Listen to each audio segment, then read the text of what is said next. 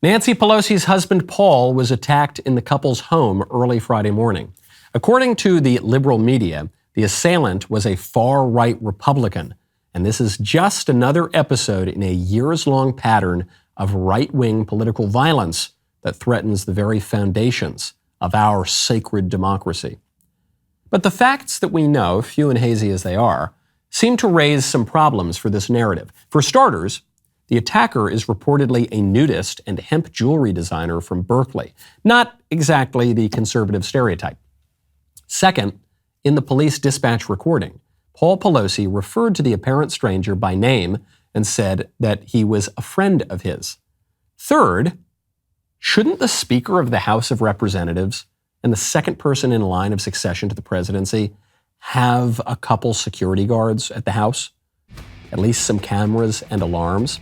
It's certainly good news that Paul Pelosi is expected to make a full recovery. But as far as I can tell, and despite the liberal media narrative, that's the one and only thing that's certain about this story. I'm Michael Knowles. This is The Michael Knowles Show.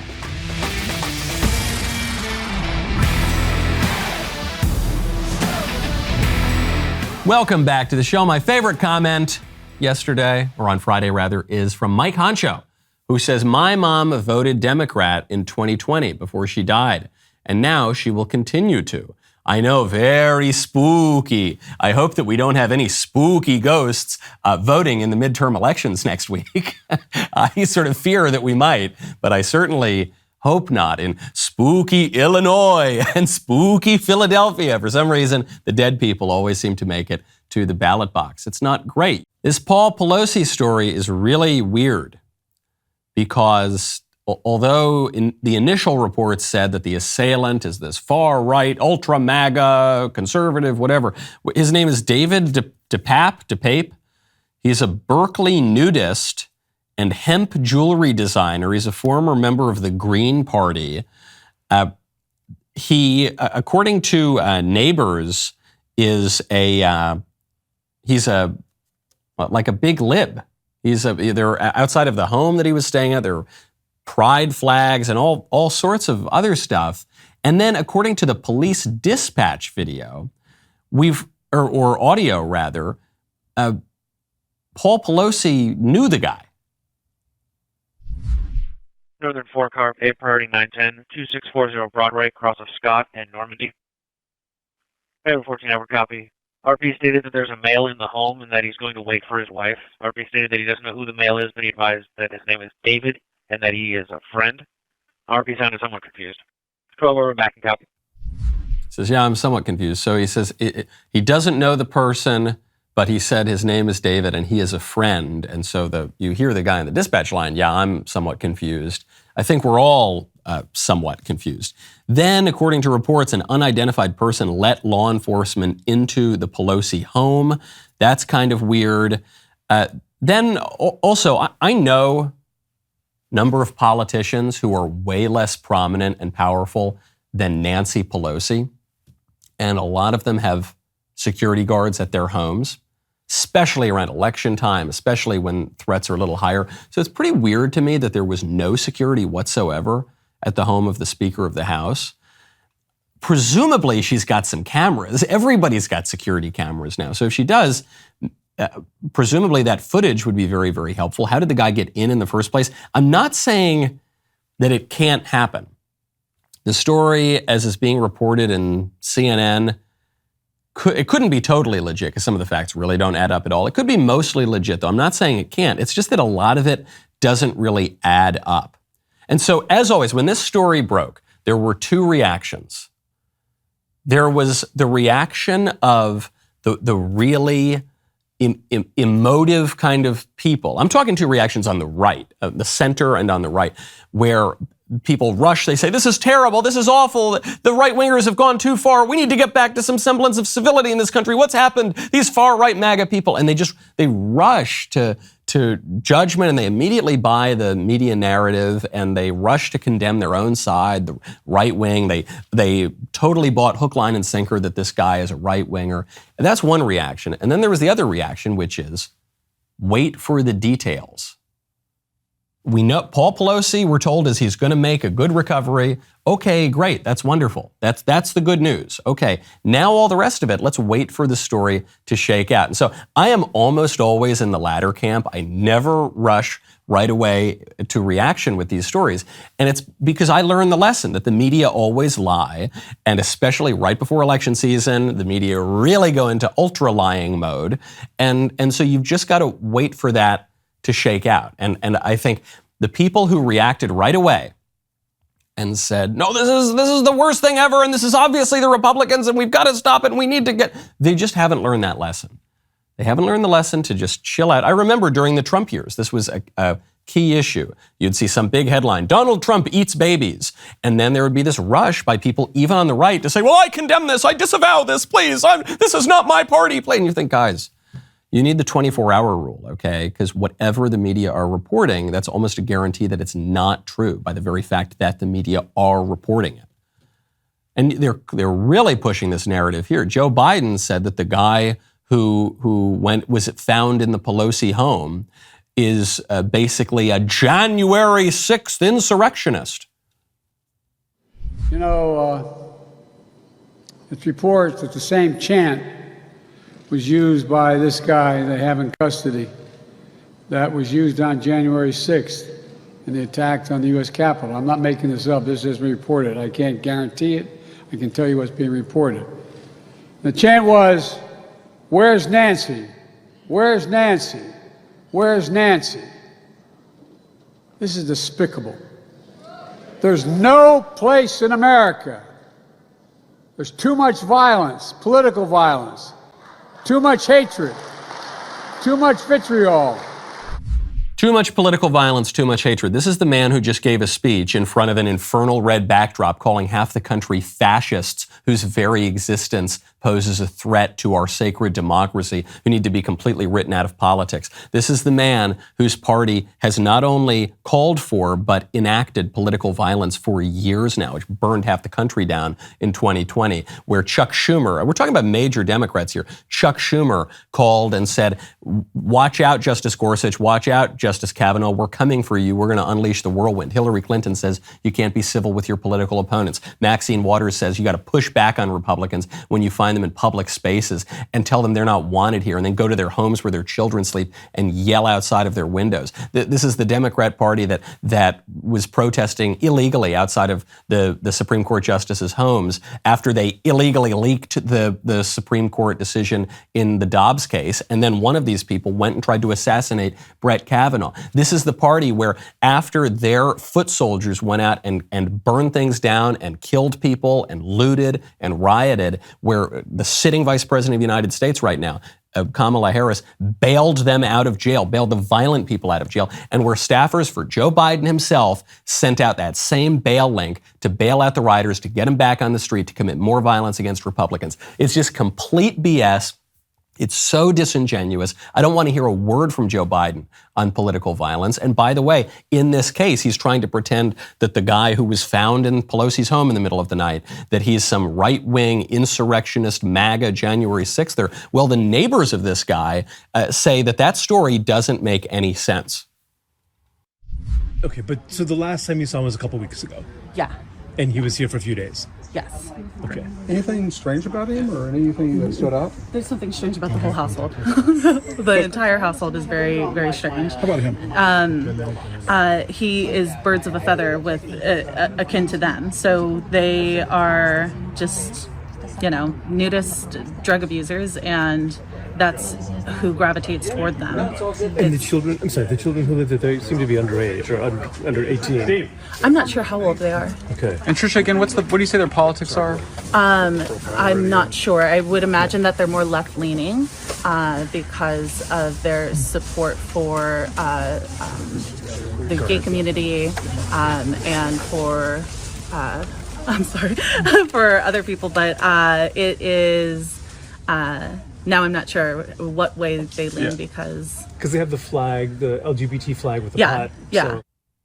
Not exactly the portrait of the January 6th or the MAGA Republican. That doesn't add up at all. Then you add on to this the fact that Paul Pelosi has been in the news recently for his personal troubles. Paul Pelosi drunk drove his car and then crashed it. And then they tried to bury this in the news, but eventually it came out and he was eventually charged with it. So all of that to say, who knows? This could be completely random. Maybe this guy who was found in the Pelosi home did have a political change of heart. Maybe he did consider himself right-wing, even though the rest of the story doesn't quite seem to point to that. Maybe he was looking for Nancy Pelosi. Maybe all of that is true. But given every single thing that we know about this incident and Paul Pelosi and the attacker and the family and everything, we can urge caution here. I think that would be the responsible thing to do. And especially knowing that the media lie about everything, especially in the run-up to elections, probably the safest and smartest bet here when you're looking at this story is to approach it with a very healthy degree of skepticism and independent thought to try to figure out the details ourselves, because right now they just don't add up. But the one thing I think we can conclude from the story is that it's very important to protect your home, which is why you got to check out Ring. Head on over to ring.com. It's a wonderful time of year. Fall has so many wonderful things to enjoy, not just pumpkin spice lattes. The kids are back in school. The chaos of summer travel has come to an end. You can get back into the swing of things. And for many of us, autumn means it's a very busy time. Work, school, sports, clubs. You may find yourself away from home more often than not, which is why I have decided to team up with Ring. With Ring security products, you can rest easy knowing that your home and family are safe when you're not there. The Ring doorbell notifies you when guests or packages arrive. Ring's indoor cameras let you keep an eye on kids and pets while you're away. Ring Alarm will alert you of any motion detection while the house is empty. Plus, if you add smart lighting around your home, you can turn lights on and off while you're away. Very, very handy. Head on over to ring.com to find out how you can live a little more stress-free this season with a Ring product that is right for you. That is ring.com. I just don't want to hear one peep from Democrats on political violence. Oh, these Republicans, they're committing political. I don't want to hear one peep. Republicans commit statistically zero political violence. Democrats commit statistically all of the political violence in the country and openly call for it and encourage it from the highest levels of political power. And you're seeing right now a lot of them are just look like such complete freaking hypocrites. One of the greatest Twitter accounts is Defiant L's, which just finds libs who engage in rank hypocrisy, where they'll be saying one thing now, we need to disavow political violence, and then you look back even 6 months and they've got another tweet mocking some political violence against conservatives. So here's one. There's a character who is just a social media personality. I don't think he's ever done anything of note in his own life outside of the internet, but he's become a kind of popular blue check on the left. Brooklyn Dad Defiant. And so Brooklyn Dad Defiant tweets out in response to the Pelosi attack, the violent, heinous attack on Paul Pelosi, the Speaker's husband, needs to be denounced in the strongest possible terms by both sides. He was attacked with a hammer, FFS. Oh, okay, yeah, sure. That seems like a reasonable thing to say, right? It does. Yeah, you don't want anyone to be attacked, even if the guy is married to the Wicked Witch from the West. You don't want anyone to be attacked with a hammer in his home. But then Brooklyn Dad Defiant tweeted out on May 12th, 2020, I think Dr. Anthony Fauci could probably pick up where Rand Paul's neighbor left off and nobody would mind at all. But come on, you these awful Republicans, they make light of political violence. We need to, on both sides, we need to return to civility. Oh yeah, the neighbor should have finished off Rand Paul. That's what, by the way, you remember that? No one even remembers that now. We're all talking about the Paul Pelosi attack. Rand Paul was attacked in his home. The neighbor almost killed Rand Paul. Rand Paul was in the hospital, broken ribs, all kinds. I think he had a collapsed lung, if I'm remembering correctly. Remember that? No, that doesn't matter. Remember when the lib almost murdered Steve Scalise and Rand Paul actually on the congressional baseball field? Remember that one? Oh no, that's completely covered up. All of the political violence against the conservatives gets covered up. John Pavlovitz, who's a big lib politico, he tweets out, the attack on Paul Pelosi is the direct result of Fox News's and the GOP's purposefully irresponsible rhetoric. It will continue to get worse, and if it gets control of Congress, He clearly also doesn't quite understand how grammar works, but that's okay. We assume that the libs are illiterate. If it gets control of Congress, our nation will be unrecognizable. We need to vote these monsters into oblivion. Now, what does he tweet on May 13th, 2020? There you have it. I get Rand Paul's neighbor. That irresponsible rhetoric. By the way, have you heard one single Republican or conservative say, yeah, Paul Pelosi got what he deserved. Yeah, get him again. Bring a bigger hammer next time. Have you heard any of that? I haven't heard that. All I've heard from conservatives, as always, is, oh, I hope he gets better. That's okay. That's good that he's safe. You know, I might not agree with his politics, but he's a fellow human. That's all I've heard. That's not all I heard when they almost killed Rand Paul, though. I heard the libs celebrating and guffawing and cheering. And then this is the funniest one of all. Christine Pelosi, March 22nd, 2020. Obviously, Christine Pelosi, the Pelosi's daughter, very upset that her father was attacked. And then Christine Pelosi, March 22nd, 2020, Rand Paul's neighbor was right. Okay, so there you have it. I don't even care to do this game of, could you imagine if the shoe were on the other foot? Could you imagine what the media would say if, yeah, right. Could you, if my aunt had testicles, she would be my uncle. Could you imagine these hypotheticals that could never possibly happen? Oh yes, wouldn't, if everything were totally different, wouldn't things be totally different? Yes. I only mention it to point out, you shouldn't take the bait. Don't take the bait. Don't let the libs pressure you into disavowing the right and conceding that our rhetoric actually has been a little, and you know, Trump's tweets have been a little edgy, and no, not even close. Not even close. All of the violence is from the left, statistically. None of the violence is from the right, statistically.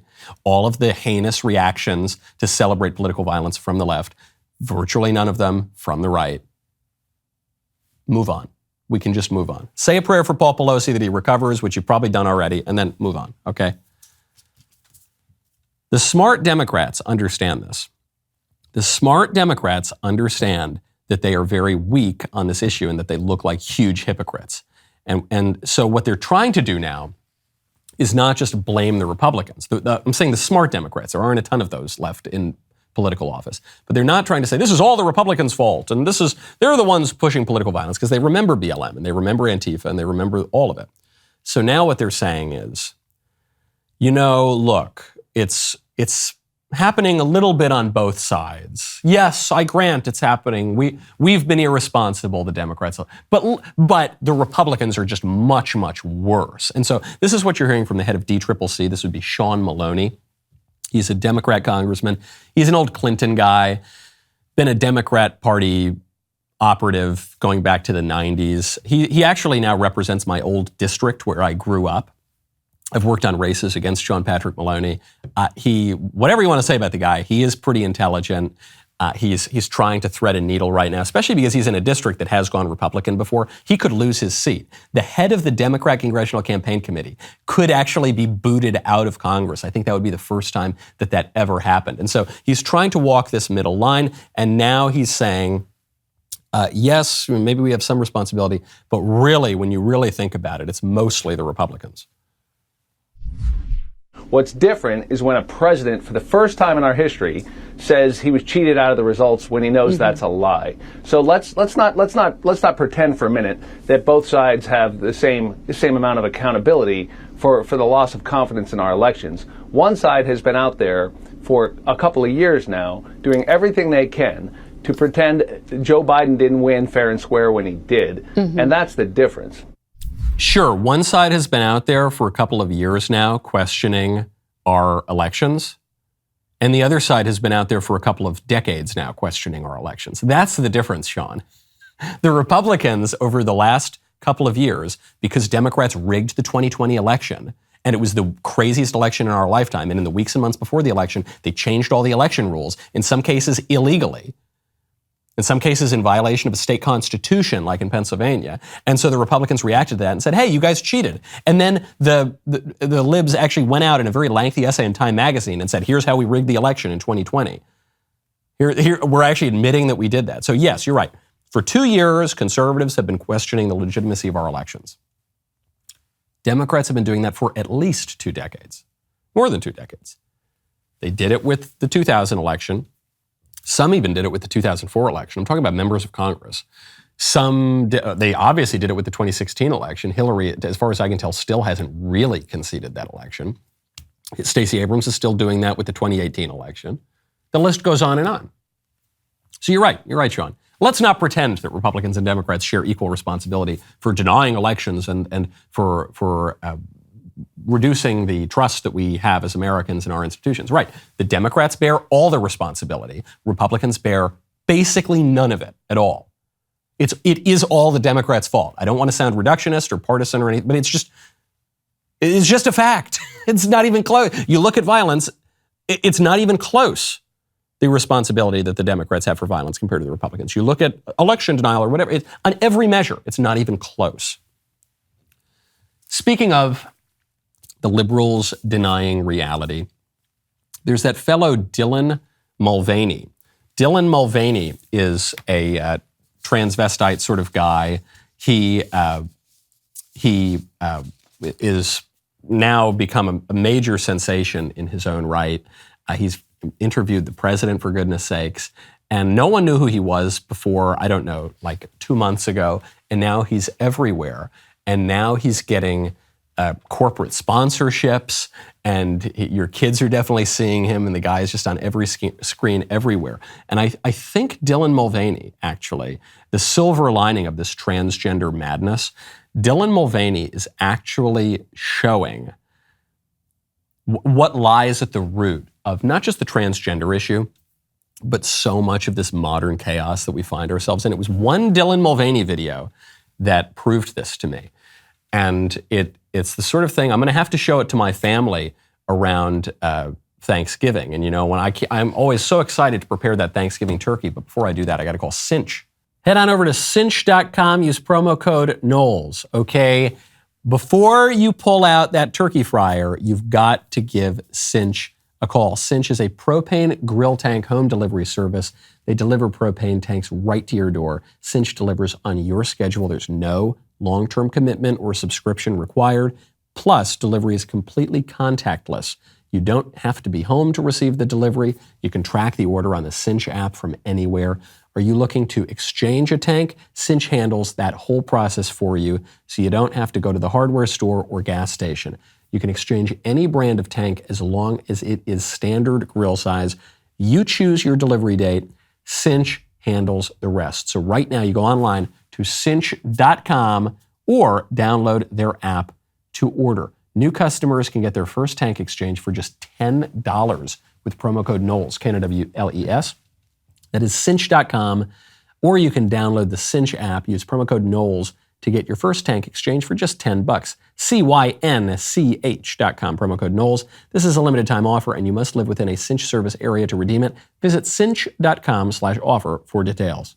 Dylan Mulvaney, the man who pretends to be a girl on social media, has gone corporate. He's now shilling an ad for Instacart. Note to self, never use Instacart again. And in this advertisement for Instacart, I think he accidentally shows you what lies at the heart of basically all of our modern political problems.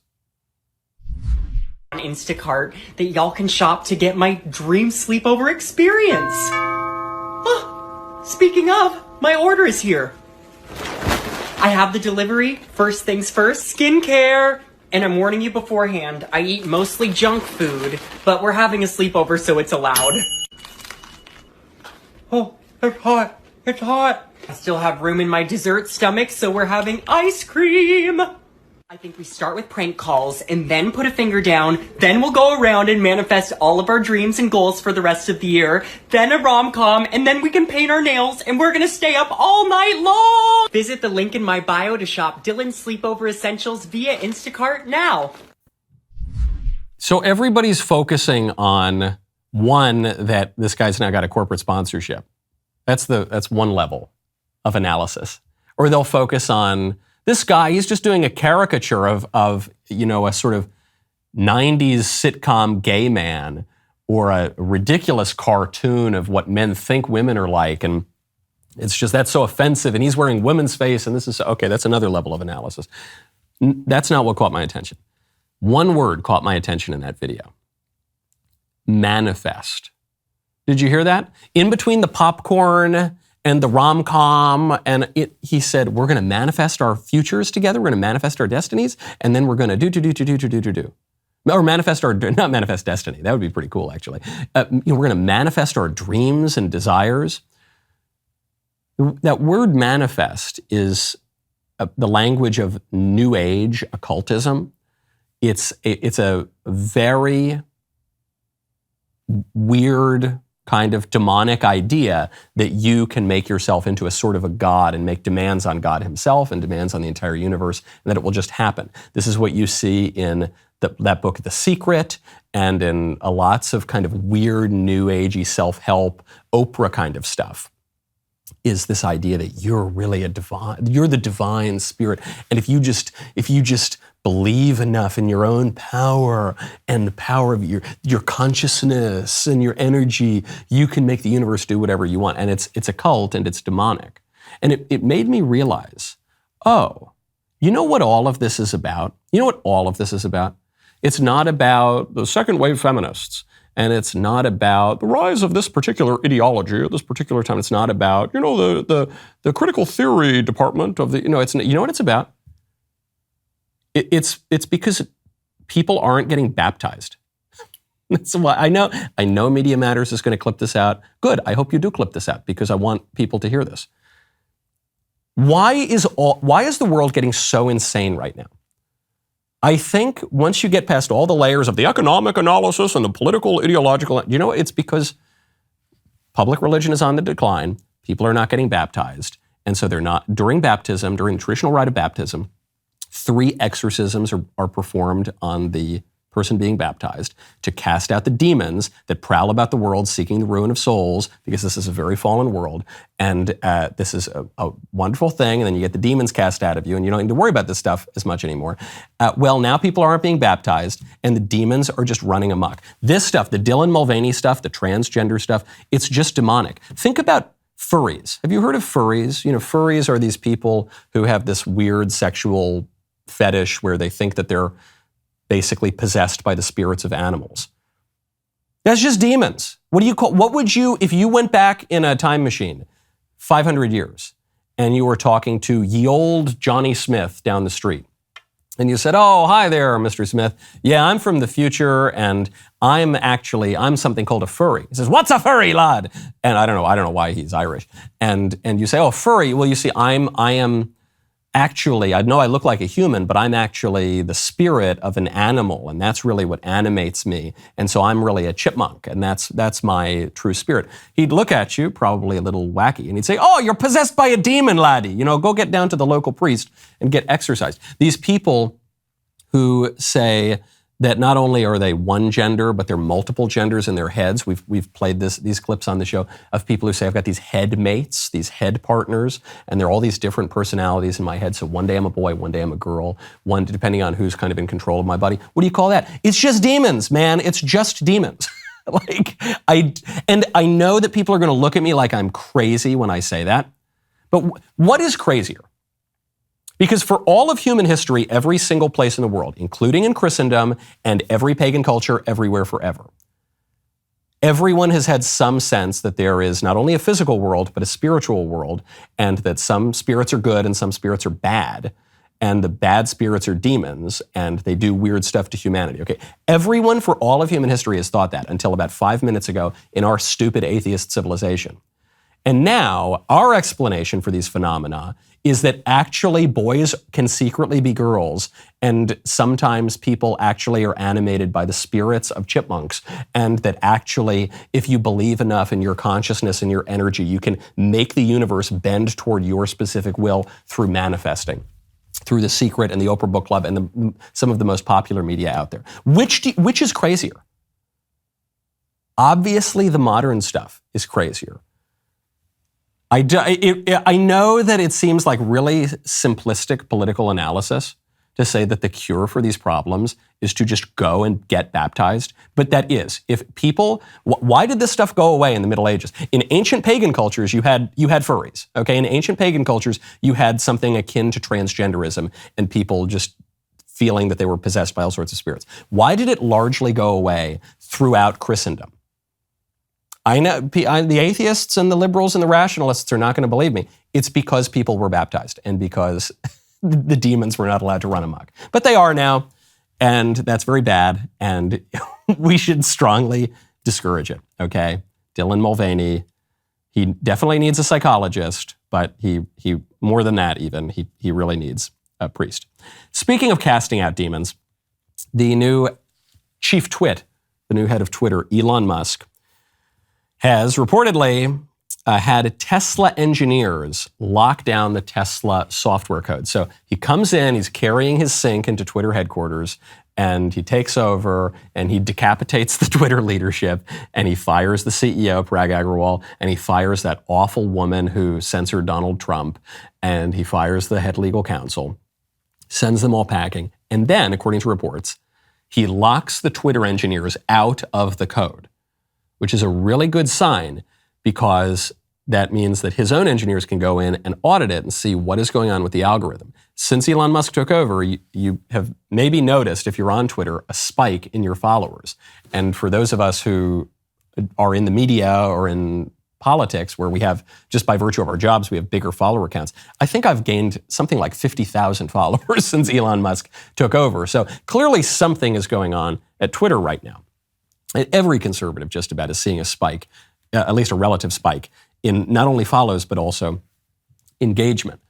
So what is going on? Yeah, we know that the libs had their thumb on the scales. They had their boot on the scales, and they were tilting the public square against conservatives, against what normal people want, in favor of these lunatics, in favor of people like Dylan Mulvaney and transgenderism and open borders and the Democrats, all of which, the issues and the people, have very low public approval ratings, but nonetheless are disproportionately promoted on Twitter. And then they partner with these fake fact-checking websites like Snopes and PolitiFact, which just publish left-wing opinion pieces as though they're the gospel truth. And then based on those left-wing opinion pieces, they censor conservatives on issues like COVID, on issues like the elections, and so forth. So, and they do this all, obviously, with the support of the establishment media, which just got totally trolled by conservatives, specifically with regard to Twitter. Take a listen to this interview with apparently fired Twitter employees outside of headquarters.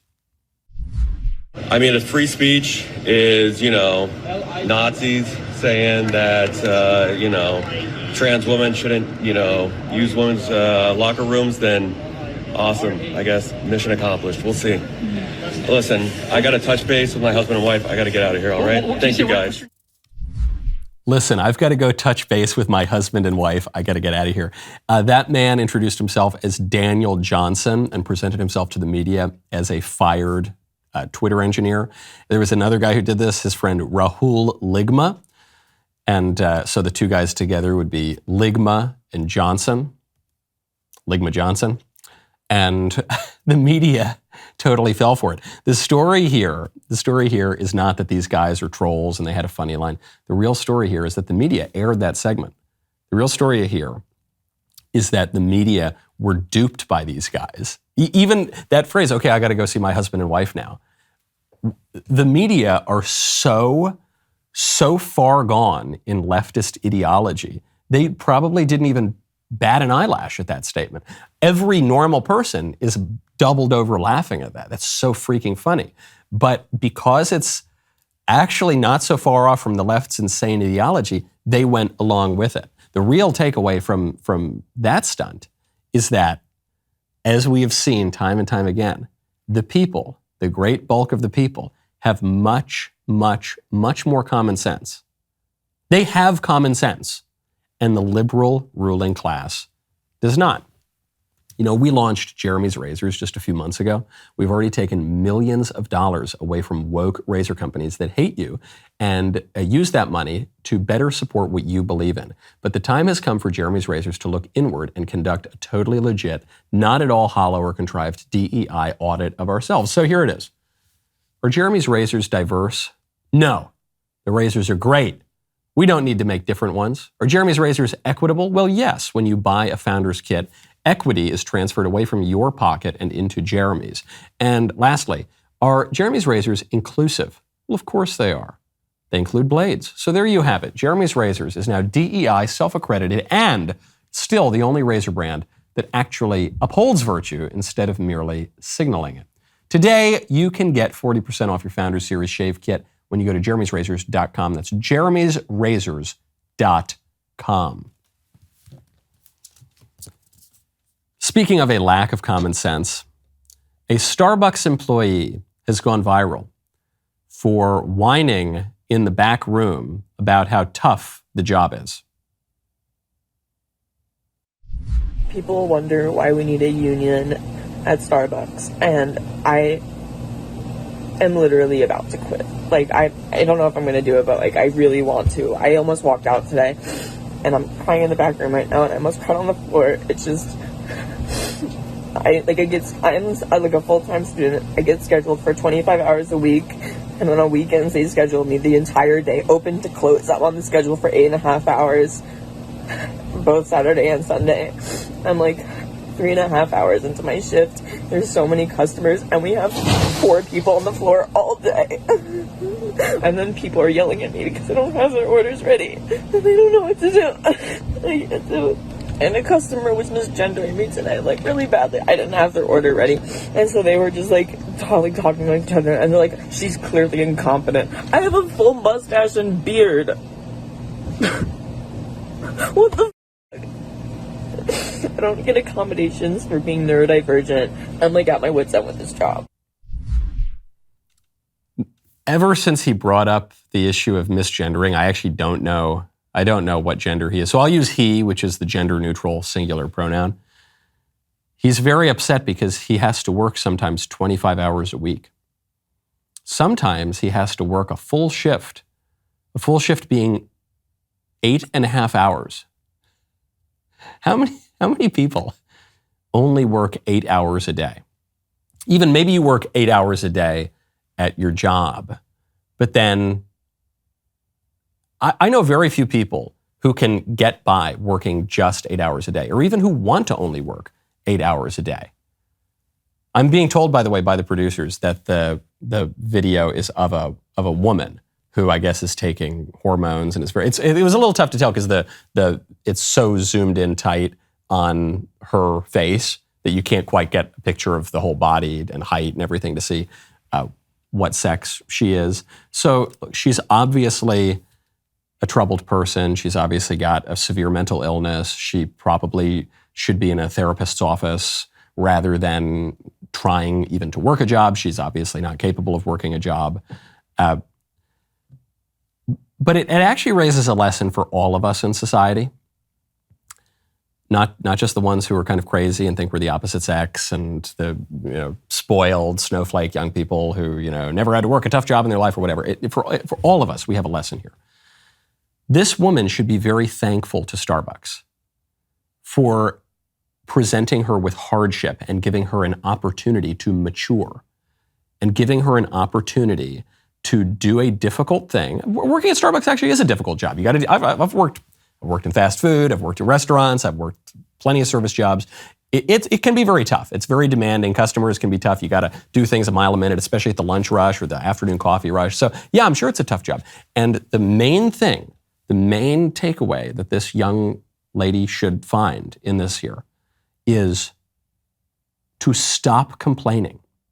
Stop complaining. It is such a gift and for everybody in life to face hardship and then not complain and suffer in silence and cultivate a spirit of resignation and patience and fortitude, all of which are virtues that are completely forgotten in I'm getting so angry I'm going to throw my microphone off here, that are completely forgotten in our decadent modern culture.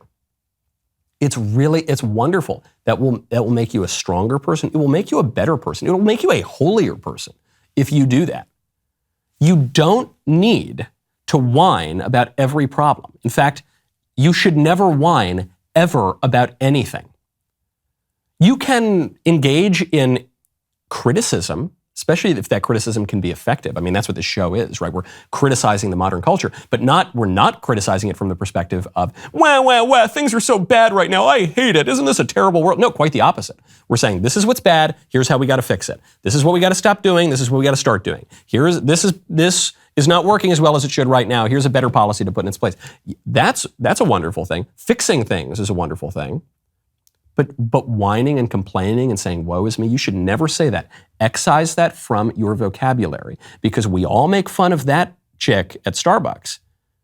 We have all been that chick at some point in our lives. We have, especially me, because I can't really grow a beard that well. So, it's pretty patchy, actually. We're not so different, she and I, especially today that I'm in my Rachel Maddow costume for Halloween. We have all been that chick at some point. And then I hope most of us have grown up and learned to not. We're living in a time when we're told, don't repress anything. You've got to let it all out. You've just got to talk. Don't talk about your feelings. When you complain, when you whine, you put burden on other people. There's a study about this. There was a study, it just came out. I just saw this in the Drudge Report. So, take it with a grain of salt. But it's citing real academics here that stress spreads like a virus from people to people. The neuroscientist Tony W. Buchanan, who's a professor at St. Louis University, measured the response of people who were simply observing stress in others. And he found that the observers' cortisol levels spiked via a phenomenon known as stress contagion, the spread of stress from person to person like a virus. And we all know anecdotally that this is true. We all know that this is true. Because if you've ever had a sort of difficult relative or, a friend who's just constantly whining about everything, it puts you on edge as well. And I wonder too, as I say, the chief cause of all of our ills in the modern age is not some political philosopher or some government bureaucrat or some stupid policy or something. It's that people are not getting baptized and so demons are running amok because we don't have enough exorcisms going on. It's just a fact, okay? We say hard facts on this show. That's one of them. But another cause of so much of the disorder, I wonder if it's because we have these social media feeds. The feeds, right? We're just constantly feeding ourselves like horses with a slop bag on, except we're feeding ourselves images and audio and videos and things like that. And so much of that content is really angry, stressful content where it's, the transgender person yelling and screaming and, or it's even people on the right often do this. I sometimes fear that I will never have a career in political commentary. I guess I do have one, but in the long run, because I can't get angry. I get angry like twice a year. And most political commentary is someone sort of just shaking their fist at the screen or yelling into a microphone. I just can't do that. I'm not that angry. I'm dismayed at the state of the world. I would like to turn things around. I got some ideas on how to do that. But because it's just rude to be angry and whining and complaining all the time. And it shows that you're not in control of your emotions. And it shows that you haven't cultivated a higher will. And it shows that you're still given to your base passions. Don't do it. Don't be like that chick at Starbucks, folks. Let me yell that into the microphone. Don't be like that chick at Starbucks. Because it will make you very unhappy and it will make the people around you very unhappy as well. Now, speaking of whining, Penguin Random House is potentially going to cancel a book that they're doing with Amy Coney Barrett. Why on earth would a major publisher cancel a book that is written by a justice on the Supreme Court? Well, because hundreds of Penguin Random House staffers and other literary professionals feel that it's wrong for Penguin to publish her book. They say, this is not just a book that we disagree with, and we are not calling for censorship. Many of us work daily with books we find disagreeable to our personal politics. Rather, this is a case where a corporation has privately funded the destruction of human rights with obscene profits. Coney Barrett is free to say as she wishes, but Penguin Random House must decide whether to fund her position at the expense of human rights in order to inflate its bottom line, or to truly stand behind the values it proudly espouses to hold. What are they saying? They're saying it's because of Dobbs. It's because the Supreme Court said that there's no constitutional right to kill hundreds of thousands of babies a year, which is obviously the case. And, the states now can decide whether they want to kill babies or not. They're saying this is a violation. Penguin Random House is funding the obliteration of human rights. So one, the book is obviously happening after the Dobbs decision. So they're just even getting their timeline wrong. They wouldn't be funding, and Amy Coney Barrett gets a very nice salary as a federal judge. So it's not funding any sort of decision. But what this is about an idea that the left has promulgated in recent years, which is everything I don't like is a violation of human rights. Everything I don't like, it needs to be booted from the public square. It can't even be discussed. It's a violation of human rights. And they use human rights to describe everything. Truly, everything that they want is a human right. Getting your genitals lopped off because you have a fantasy, that's now a human right. Forget about 10 years ago, 15 years ago, they would say healthcare is a human right. And again, I don't know exactly what that means. But now they've taken it to truly to the realm of the absurd, where they're saying lopping off my genitals is a human right and getting you to pay for it. And killing my baby, that's a human right. And so what's the cure for this? Because in a world where everything is a human right, then nothing is a human right. Right? And you can claim that anything is a human right if you like it, then that phrase doesn't have any meaning. What is the cure for this? The cure for this is changing our perspective on the law. And even conservatives are going to have to change our perspective on the law. Right now, the libs view the law as just a weapon to wield to attack their political opponents. And the right tends to view the law in this really reductionist way, which is just the law is exactly what is written in the text of the Constitution or the text of the statute. Forgetting all sorts of context, forgetting the debates that led up to the enactment of that law, and forgetting, most importantly, the underlying principles of justice and the natural law that undergird the positive law. And you see this especially in the way that conservatives now call ourselves originalists and especially textualists. No, the cure for this is to view the law not as just a bunch of random preferences that we can enshrine in a statute, but as an objective reality that we can know and discover through the use of our reason. Because the civil law derives from the general principles of the natural law. We know that it is wrong to commit murder, not just because there's a federal law against it or a state law against it, but because that is a fact of the objective moral order that we can know. Because it is within the natural law, we can know that through the use of our reason. I think we've got to become much more confident of that moral view. Yet again, this comes back to conservatives need to ditch the you do you kind of skepticism. Who really knows, what's good or bad? You do what your good might be my bad and my bad. No, we got to ditch that nonsense. There is such a thing as good. There is such a thing as bad. We can know quite a lot about that through our reason and our moral conscience, and we need to be able to articulate that and enforce it through the law. It's the only way out of the libs saying, wah, wah, wah, everything I want is a human right, and conservatives have basically nothing to say to that these days, unless we can acknowledge, no, there is an objective reality, we can perceive it, and we are going to enforce that through the law. Now, today, enough about the law. Today is Music Monday, baby. And so my producers assure me they've got a wonderful song for me to listen to analyze, because I am a hip-hop maven. The rest of the show continues now. You don't want to miss it. If you're not a member, click the link in the description and join us.